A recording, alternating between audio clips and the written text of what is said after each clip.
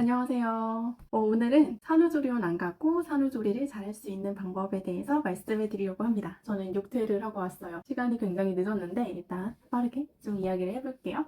출산하고 산후조리랑 회복은 정말 중요하죠. 우선 애를 낳으면 아이 너무 이쁘고 너무 고생해서 낳았으니까 더 후련하고, 그런데 이제 어마어마한 통증이 기다리고 있어요. 충분한 회복의 시간이 꼭 필요하고, 이때 막 산후조리를 잘 못하면 두고두고 후회할 수도 있습니다. 저도 첫째 출산했을 때가 22년도 5월이었는데 여름이 막 돼가고 막 더웠어요. 양말 안 신고 다녔다가 거의 1년 반을 발이 엄청 시렵게 있었습니다. 진짜 한여름인데도 발만 엄청 시려워요. 너무 신기하죠. 그래서 제가 이번에 둘째 조리할 때 어떤 일이 있어도 양말을 꼭 신었거든요. 지금 사라졌어요. 근데 진짜 너무 감사하죠. 저는 첫째 출산했을 때는 당연히 조리원에 가야지 하면서 갔습니다. 그리고 나서 깨달았어요. 조리원에 반드시 가야 되는 건 아니구나. 왜 그런지 지금부터 바로 말씀드릴게요.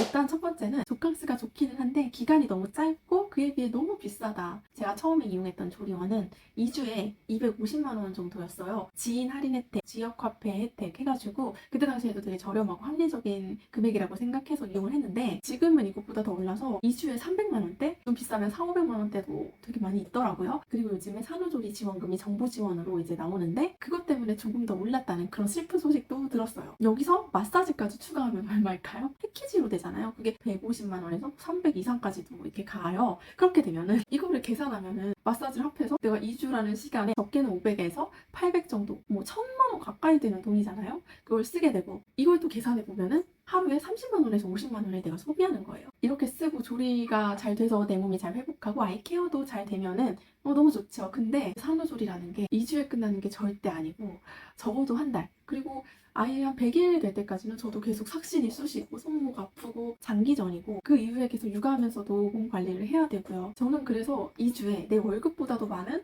돈을 소비를 하느니 그 돈으로 하루 100일까지는 좀 천천히 내 몸을 회복하는 그런 관리의 방법이 있었으면 좋겠다고 생각을 했어요. 도움이 필요하니까 돈은 들어요. 근데 이 같은 돈을 조금 길게 쓰자는 그런 생각이었습니다. 그래서 어차피 아이를 계속 키워나가야 할 공간은 내 집이고 내 집만큼 또 편한 공간이 없기 때문에 내가 뭐 거주할 곳이 없으면 모를까. 그래서 둘째 출산하고는 조리원에 안 가고 집에서 조리하고 신생아 케어를 하면서 회복할 수 있는 그런 방법을 고민을 했는데, 실제로 돈이 그렇게까지 안 들고 집에서 편안하게 조리를 할 수 있게 되었어요. 그리고 또 조리원에 안 가도 되는 이유 두 번째는 육아시장의 영업 플랫폼이 조리원인가? 할 정도로 조리원에서 온갖 육아 관련된 영업을 듣게 되는 거예요. 보통 2주간 있잖아요. 그러면은 누워서 쉬기만 하는 게 아니라 육아 관련된 교육이 2주 동안 거의 매일 있어요. 예를 들어 아기 피부 교육은 로션 회사, 그리고 영아 산통 배앓이 교육은 유산균의 건강기능식품 회사, 그리고 소면 교육은 아기 두상 베개, 그리고 영양 교육은 분유 회사인 거예요. 소유의 중요성, 뭐 아이 면역, 그 영양 성분의 중요성. 근데 마이미는 분유 회사인 거예요. 그리고 아기 신생아 촬영은 성장 앨범을 영업하는 사진관이 이제 들어오게 돼요. 이런 거랑 관계없는 순수한 교육이나 활동도 물론 있지만 교육과 영업을 믹스해 놓은 스케줄은 반드시 포함이 되어 있는 거예요. 필요한 거는 맞을 수 있어요. 신생아 관련한 제품들이 필요한 건 맞잖아요. 근데 문제는 그 안에서 비교 대상이 없어요. 내가 교육을 받은 그 회사의 제품을 그 당시에는 구매하지 않으면 좀 불안해요. 뭐 유기농이라고 하고 이게 이 성분이 가장 좋다고 하고 뭐 이러니까, 아, 내가 이거 가장 좋은 거다, 내 아이한테 해줘야지, 이런 마음 때문에 그래서 더 합리적인 선택을 할 수 있음에도 불구하고 조리원에서 교육이라는 명목하에 내가 영업의 대상이 돼버리는 거예요. 자연스럽게. 지금 이 시대는 마케팅의 홍수 속에서 사는 것 같아요. 순수하게 나에게 진짜 필요한 거면 너무 좋은데 이 상품이 아니면 안 된다, 지금 아니면 혜택을 받을 수 없다, 불안한 소비 심리를 이용을 하는데, 특히 산전 산후에는 호르몬의 영향으로 불안도와 예민함이 좀 높은 시기란 말이에요. 소비를 하고 나중에 후회하는 일이 있더라고요. 고가의 경우 더 후회할 일이 있게 되는데, 특히 아기 성장 앨범 같은 경우는 결혼식 스튜디오 사진 찍고 업체를 쓰지 않기로 결정을 했기 때문에 만상 무료 사진 뭐 이런 것들을 찍지는 않았어요. 왜냐면 무료라고 하지만 무료인 사진 수가 한 장, 두 장 이렇게 해요. 원본을 받을 수 없거나 뭐 이런 경우라서. 근데 그 사진을 찍기 위해서 내가 거기까지 갔고 메이크업을 했고 의상을 입었잖아요. 그 노력이 너무 아깝고 또 괜찮아요, 퀄리티. 그러면은 계약을 하게 된단 말이에요. 근데 고가예요. 무료 사진이라고 했다가 계약은 뭐 100단위가 되는 거예요. 근데 그 계약할 때는 어차피 아이 50일, 100일 돌 사진은 찍어줘야 되니까 괜찮을 것 같다라고 생각해서 하지만, 그때 찾아보면 더 합리적으로 이용할 수 있는 사진관들도 있고, 그렇다고 해서 특정 뭐 좀 민감한 부분이긴 하네요, 말하다 보니까. 근데 소비자 입장에서는 정말 필요한 경우고 내가 이게 너무 마음에 들어요. 그러면은 당연히 하는 게 맞죠. 근데 조리원에 갔을 뿐인데 자연스럽게 영업의 대상이 되는 그런 프로세스라는 거를 깨닫고는 조금은 다시 생각해보게. 그리고 또 아이 낳고 완전 초보 엄마에 아는 게 없으니까 좀 배우러 가야 된다. 근데 이게 옛날 이야기예요.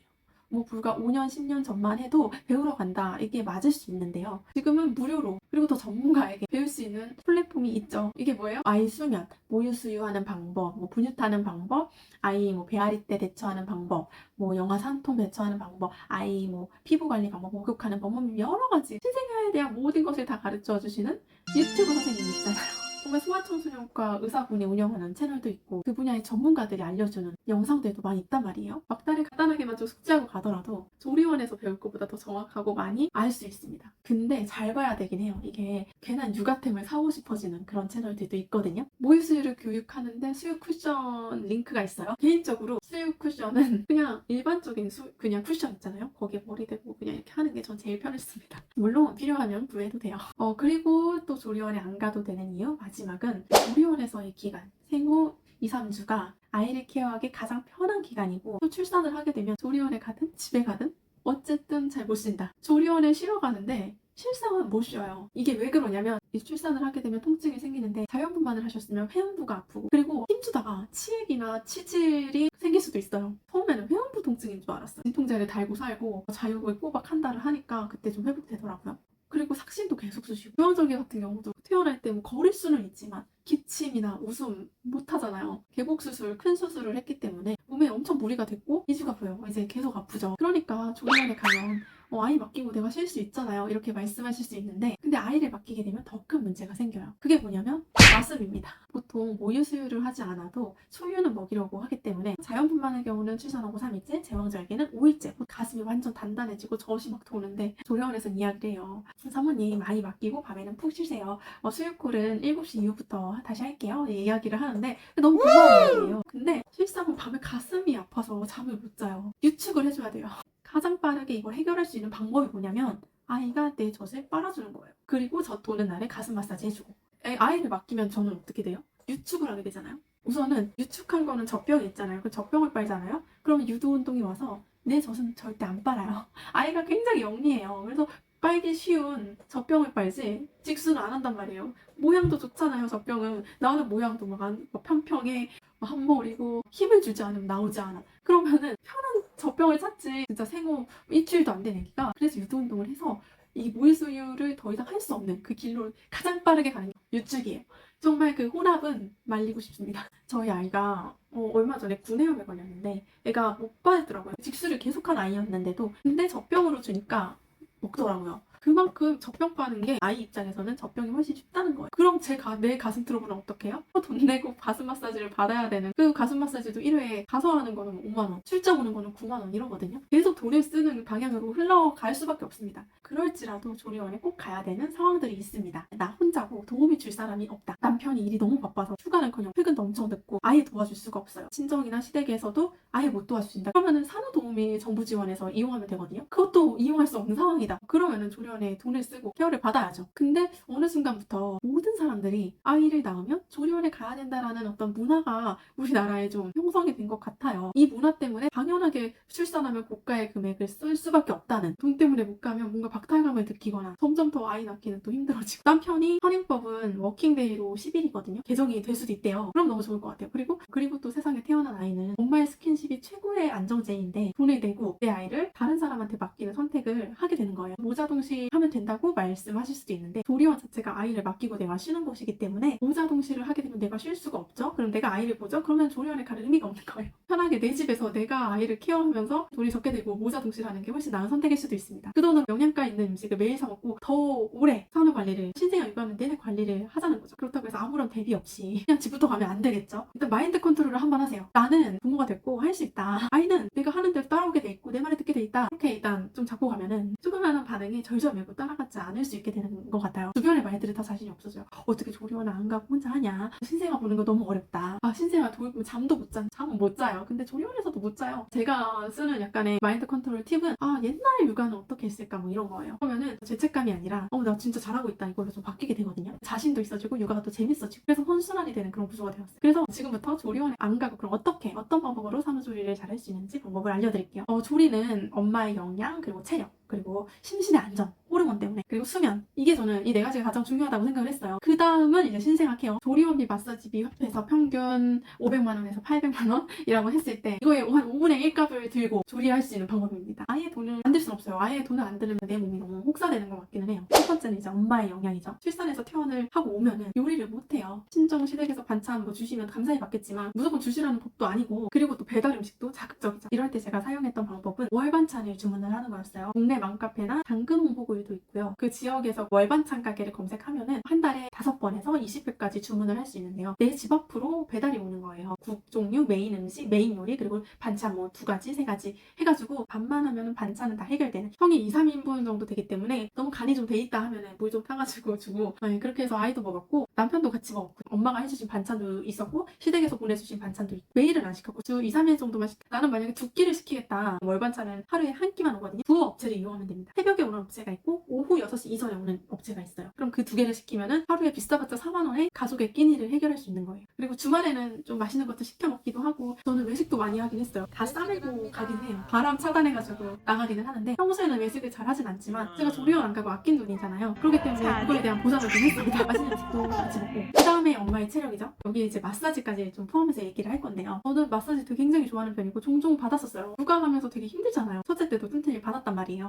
산후조리원에서 마사지를 받으면 금액이 얼마일까요? 아까 저 서두에 얘기하긴 했는데 패키지로 150만 원에서 300 이상 계산해보면은 1회에 25만 원에서 패키지로 할인해서 싸게 하면은 20만 원 초반대 또는 30만 원 막 이렇게 천차만별이에요. 조리원에서 한두 번 받을 거 집 근처에서 5-6번 받자. 저는 그 목표였습니다. 어차피 산후 마사지라는 게 출산 직후기 때문에 압을 세게 할 수가 없어요. 살살 해야 되거든요. 그래서 고주파나 열도움, 기계 이런 도움을 많이 받죠. 기계가 반이고 이제 수기로 하는 그게 반이에요. 180분까지 하는데 기계 효과가 물론 있을 수 있지만 그때 회복되고 육아를 하면 또 계속 힘들잖아요. 같은 돈이라면 2주에 이것을 받는 것보다 육아를 하는 동안에 기계 받는 게 더 좋습니다. 아마 거기선 얘기를 할 거예요. 산후 마사지를 받아야 되는 골든타임이 있고, 지금 마사지로 살을 빼지 않으면 평생 몸이 망가지며 육아를 하면서 살을 빼기는 더 어렵다. 그리고 그 골든타임 내에 하되 좀 더 저렴하게 할 수 있는 방법이 있다는 거예요. 어떤 뭐 소아청소년과 선생님은 마사지도 필요 없다고 하시더라고요. 근데 저는 필요합니다. 아무리 돈을 아끼더라도 마사지는 받자. 그래서 제가 첫째 때 조리원 마사지도 받아봤고 출장 마사지도 받아봤고요. 그리고 로드샵 마사지까지 다 받아봤거든요. 제가 다 받아본 바로서는 아로마 오일 마사지면 충분합니다. 집 근처에 있는 마사지샵에서 찾았어요. 늦었어요. 만약에 산전 산후 마사지 전문으로 하는 이한이 그걸 받고 싶다면 출장 일찍 마사지를 하시면 수유하고 돼요. 근데 출장 좀 마사지는 평균 촉박하게 저 같은 경우는 가고 걸어서 7분 거리에 가네요. 마사지 샵이 있었어요. 저희 동네에도 걸어서 한 10분 거리에 있더라고요. 지점이 되게 많은 체인인데 알겠습니다. 거기서 33만 원 패키지를 받고 1회에 6만 5천 원에서 중간에 뭐 가볼게요. 이벤트도 20% 할인도 해주고 총 6회를 받았습니다. 그때 출산한 지 얼마 안 됐다고 얘기를 하면 알아서 압을 좀 네, 조절해서 맞아요. 해주세요. 저는 진짜 만족했어요. 관리사분들이 매일 달라지시거든요. 다 만족했습니다. 검정 미리 뭐 전화해서 보이시나요? 문의하시면 조리원 마사지보다는 출장 마사지가 저렴하긴 한데 로드샵 중에서도 산전 마사지는 안 되는 것도 있고요. 근데 산전 산후 마사지가 붙으면 조리원만큼 로드샵도 비싸질 수 있어요. 그 시기가 가진 특성 때문에 조리원에서 마사지를 받으면 이제 부종이나 이런 게 확 빠지긴 하죠. 천천히 빠지냐 빨리 빠지냐 이 차이예요. 마사지를 다 받았는데도 살이 안 빠지는 경우도 있고, 집에 와서 육퇴하고 야식 먹으면 안 빠지죠. 더 찔 수밖에 없죠. 그리고 저의 경우는 집에 와서 신생아 케어를 하고 아기 잘 때 같이 자고 수유하고 그것만 하고 둘째 때 제가 73kg까지 거의 갔을 거예요. 한 8kg까지는 그냥 빠져요. 한 달 되니까. 이게 서서히 빠집니다. 뭐 야식 안 먹고 폭풍적으로만 먹고 이러지만 않는다면 건강한 그 월반찬 배달 음식 먹고 하면서 새끼 다 챙겨 먹고 하는데도 다 빠졌어요. 그리고 이제 65kg부터는 이제 제가 빼야 되는 영역이라서 나중에 돈 안 드는 산후 다이어트 컨텐츠를 또 찍기 위해서 해서 조리원에서 마사지를 받아야 어쨌든 살이 빠진다. 그거는 편견일 수 있을 것 같아요. 저의 생각입니다. 조리원에 가든 안 가든 50일까지 힘든 기간인 것 같아요. 그나마 통잠을 잘 수 있는 4-5시간이라도 잘 수 있는 시간이 50일입니다. 그전에는 2-3시간마다 깨니까 진짜 힘들거든요. 신기하게 조리원에 가면은 나온 순간부터 50일이에요. 조리원에서 좀 편했다고 해도 그로부터 50일은 진짜 힘들어요. 안 힘들게 하는 아니라도 트림시키고 하면 무겁고 수유하면 자세 결리고 손목 아프고 그래요. 이게 막말로 300만 원짜리 10회 끊느니 6만 원짜리 오일 마사지를 50번 하는 게 산모한테 훨씬 더 좋지 않겠냐. 평일에 애기 보느라 못 받잖아요. 주말에 남편한테 막 끊고, 만약에 가까운데 이런 마사지 샵이 없으면 출장 마사지를 부르시면 돼요. 조리원보다는 어쨌든 10만 원 더 저렴합니다. 이런 방법이 있는데 터무니없이 회에 300만 원짜리 지를 때는 나 출산해서 너무 고생했어 이런 마음이 저도 있어요. 저 너무 고생했다고 진짜 남편 얼마나 얘기했는지 몰라요. 이걸로 보상을 받아야 돼. 그 소비의 감정이 건드려지는 거예요. 다시 말하자면 월에 1,000만 원 돈 뭐 벌고 친정이든 시댁이든 너무 잘 사셔서 나한테 다 지원해주시고 재력이 있으신 분이라면 돈을 써야죠. 그런 분이라면 이 영상을 보지도 않으실 것 같지만 돈 많은 분들은 돈을 잘 써야 또 경제가 더 돌아가니까요. 근데 저처럼 평범하고 의지할 게 없고 흑수저지만 나는 내 인생을 개척해서 잘 살아갈 거야. 근데 할 거는 다 해야 된다. 이런 분들한테는 이 방법이 좋습니다.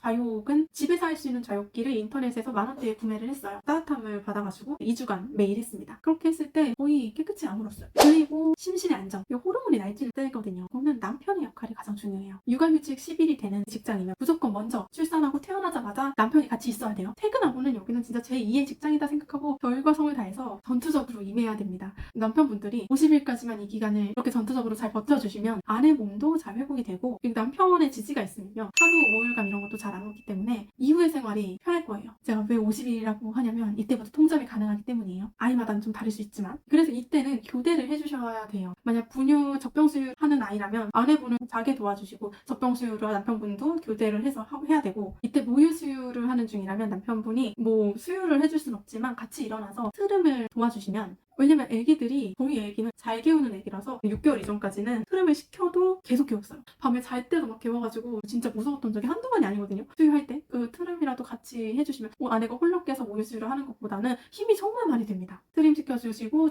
재워주시기까지 하면 너무 좋겠죠.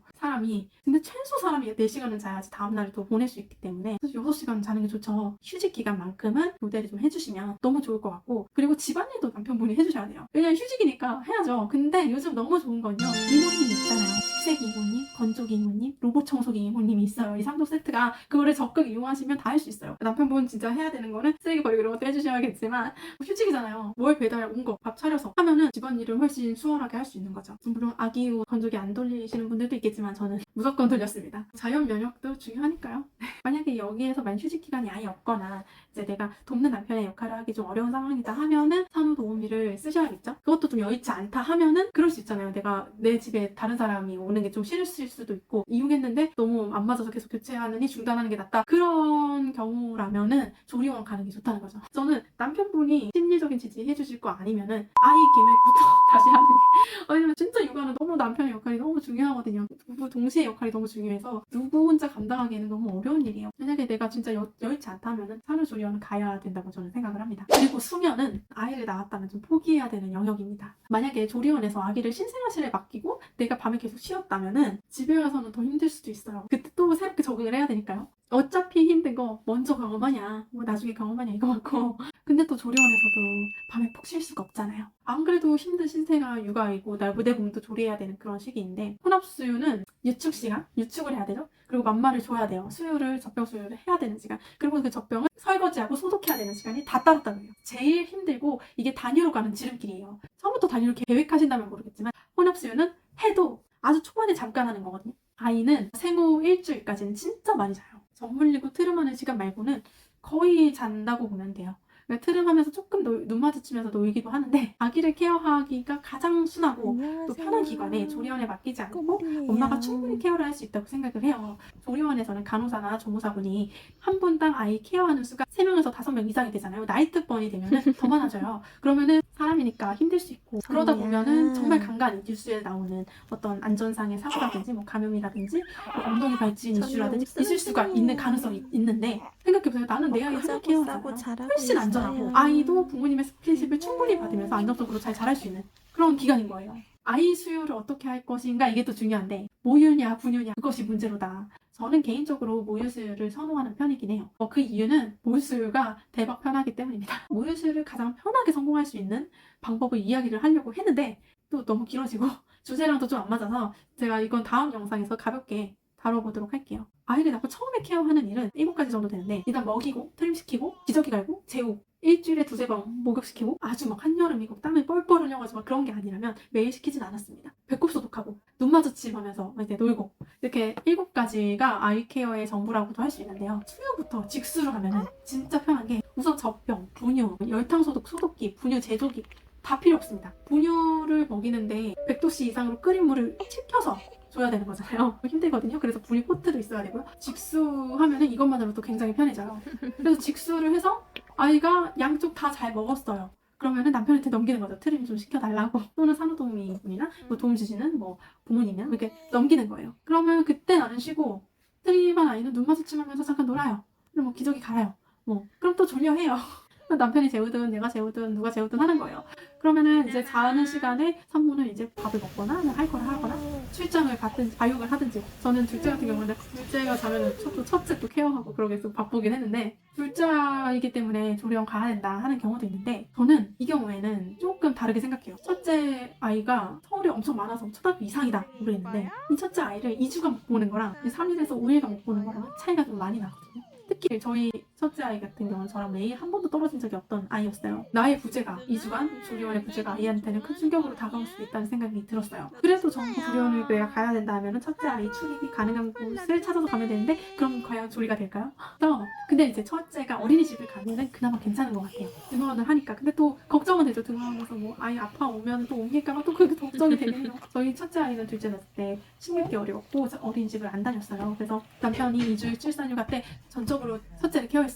둘째는 제가 훨씬 많이 케어를 했고, 그래도 남편이 뭐 집안일도 해주고 그러니까 이제 좋긴 했는데, 둘째 아이를 제가 온전히 보고 집에서 편안한 환경이 있으니까 오히려 아이 케어하는 데도 더 집중을 했고, 아이 잘 때 같이 자고 먹을 때 같이 깨고 이런 거를 반복했어요. 그리고 저는 또 남편 육아휴직인 2주 지나고는 산후관리사를 이용할까 진짜 고민을 많이 했는데, 제가 첫째 때 산후관리사분을 저랑은 좀 맞지 않아가지고 진짜 고민 끝에 본인 부담금이 저는 한 100만 원 가까이가 됐었거든요. 그 돈을 친정엄마한테 드리고 첫째 케어를 좀 부탁하고, 그래서 엄마가 저 좀 밥도 제 것도 같이 차려주시기도 했고, 저는 실제로 아이 낳고 10일째 되는 날에 건강검진을 받으러 강남에 갔다 왔는데 한 30분 정도는 계단도 막 왔다 거리고 꽤 걸었어요. 근데 오히려 그 이후부터 몸이 좀 더 가벼운 거예요. 그래서 바람 안 들어가게 좀 꽁꽁 싸매고, 아이 케어하고 무리되지 않는 선에서는 몸을 좀 움직이는 게 회복에 도움이 되는 것 같아서 한 마사지샵 걸어가는 한 7분, 10분? 그 정도? 그리고 동네 한 바퀴 아이랑 같이 돌고 이 정도는 좀 걸었어요. 일주일 후부터 살짝씩 나갔습니다. 살짝씩. 그때가 9월이어서 몸을 잘 싸매고. 그래도 제가 무거운 첫째 앉는 것은 정말 조심했어요. 거의 앉지 않았고, 그때 좀 많이 미안하기는 했습니다. 그때까지는 조심을 했던 것 같아요. 그리고 양말이랑 목이랑 뭐 손목 보호대 이거는 꼭 끼려고 노력을 했고요. 제가 출산하고 4개월이 지나서 이사를 했잖아요. 그랬는데도 거뜬했고, 산후 100일부터는 몸도 정신도 이게 온전히 회복이 좀 많이 되니까 뭔가 의욕도 막 생기고, 내가 그래서 이제 유튜브도 좀 하게 되고 또 독서도 많이 하게 되고, 그때 그래서 그렇게 됐습니다. 그리고 산후도우미를 써야 되냐 말아야 되냐 이거는 그냥 본인 선택이라고 생각해요. 근데 제가 써보고 느꼈던 거는, 쓸 거면 내가 스트레스 안 받는 방법은, 타인이랑 같이 있으면 다 스트레스를 받게 돼 있어요. 하다못해 나와 같이 사는 남편도 갈등이 있을 때가 있는데, 그분이랑은 쓸 거면 제대로 부릴 줄 알아야 됩니다. 이게 무슨 말이냐면 둘 다 같이 할 수도 있잖아요. 남편 휴가도 있고 산후도우미도 쓸 건데 어떤 걸 더 먼저 하냐 생각이 다 다를 수 있지만, 저는 남편이 먼저 육아에 참여하는 거를 강조합니다. 왜냐하면 산후도우미부터 부르게 되면은 나는 아무것도 모르는 상태예요. 물론 유튜브로 많이 배우고 했지만 실전은 또 다르단 말이에요. 그러면은 좌충우돌하고 우왕좌왕하는 속에서 이제 배워가고, 진짜 둘이 같이 으쌰으쌰 하고 이런 희열을 느끼고 하는 기간이 있어야 되는데, 내가 처음부터 산후관리사님을 이용을 하게 되면 아무것도 모르는 상태이기 때문에 그냥 끌려가요. 아이 관련해서 내 생각은 이런데 좀 다른 것 같은데 라는 생각이 들어도 그분께 맞추게 되고, 뭔가 뭐 어리숙하고 미숙하더라도 부모가 같이 막 시도해보고, 그러면서 아이를 어느 정도 알면은 이후에 관리사님을 부르면은 이제 그분 스타일이 아니라 내가 이렇게 해주세요라고 말을 할 수 있게 되는 거예요. 그 관리사분이 이제 편한 스타일이 있을 거 아니에요. 뭐 가습기는 뭐 이걸 사야 하면 좋다, 어떤 뭐 역방쿠는 이거를 사야 되고, 뭐지 머미쿨쿨 이거는 꼭 있어야 된다, 스와드럽은 해야 된다, 어쩌고 엄청 막 그냥 경험이 많으시기 때문에 그분들이 또 일하시려면 이제 본인의 선호하는 방식이 있겠죠. 근데 문제는 내가 고용을 했어요. 그분 스타일이 아니라 제가 원하는 대로 그분께 요청을 할 수 있게 되는 거예요. 저희 부모님 집에 합가를 하는 중에 둘째를 출산했잖아요. 그러면서도 엄마의 도움을 안 받으려고 LL을 썼던 이유가, 나이가 60이 되잖아요. 저희 어머니는 이제 50대 후반인데 50대 후반 60이 되면 체력이 떨어져요. 힘들 수밖에 없어요. 아이는 젊어서 키워야 된다는 말이 맞는 것 같은 게, 예뻐해 주시는 건 너무 좋고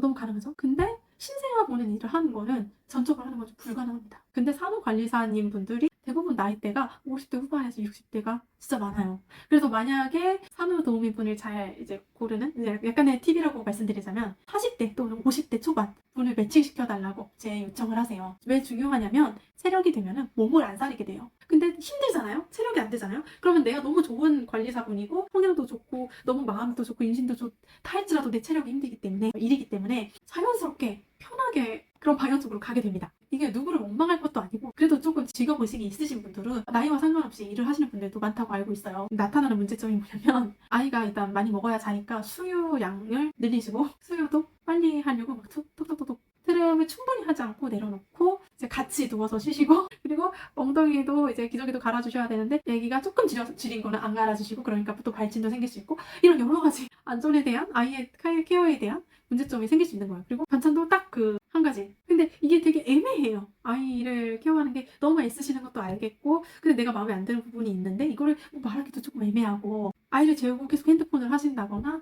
저의 이야기 아이 옆에 두고 역광부 베고 이제 주무신다거나 네 그런 일들이 아주 많습니다. 근데 시스템이 교체가 되게 돼 있잖아요. 교체를 해도 마음에 안 들어요. 아 이럴 바에 그냥 내가 하는 게 낫겠다 해서 중단을 했는데 계속 하실 거면 산후조리원이랑 협상을 좀 하셔야 될 것 같아요. 이게 설거지는 식세기가 하니까 그냥 신경 쓰지 마시고 빨래도 건조기 있으니까 신경 안 쓰셔도 돼요. 남편 오면 할게요. 그리고 청소도 로봇 청소기 돌리면 되니까 괜찮아요. 그냥 오로지 반찬해 주시는 거랑 신생아 케어만 해주시고 핸드폰 하지 말아주세요. 뭐 이런 식으로만 요청을 하는 거예요. 핸드폰 안 하게 되면은 남은 시간에 뭐라도 하시게 돼 있거든요. 팁입니다. 그래서 정리를 하자면 산후조리원에 꼭 갈 필요는 없다. 안 가고 산후조리를 잘 할 수 있는 방법이 무엇이냐? 일단 만삭 때부터 유튜브 선생님을 좀 전문가분들 보셔가지고 기본적인 아이케어 간단하게 숙지를 하시고 그때그때 봐도 상관은 없어요. 근데 당황하니까 약간의 맛보기만 보는 거예요. 그리고 영양, 음식은 반찬 배달, 집 앞까지 갖다주는 반찬 배달이에요. 그리고 마사지는 아로마 오일 마사지 이용하고 체인 마사지샵이면 좋고 그게 아니면 출장도 괜찮습니다. 어쨌든 조리원보다 저렴하기 때문에. 그리고 남편분이 옆에서 심적으로 지지해 주시고 집안일도 도와주시고 새벽 수유 때 옆에서 도와주시고 만약에 출근을 하는 경우라면 퇴근하고라도 전투적으로 제2의 직장이다 생각하고 남편분이 같이 지지를 해주시면 진짜 충분합니다. 그리고 산후도우미분은 남편과 육아를 1, 2주 한 후에 그 다음에 고용하는 게 왜 내가 원하는 말을 조금 더 잘 말할 수 있는 방법이고 끌려다니지 않으시고 주체적인 육아를 할 수 있게 된다. 그리고 혹시 뭐 친정엄마가 도와주신다고 하면 도움 받으세요.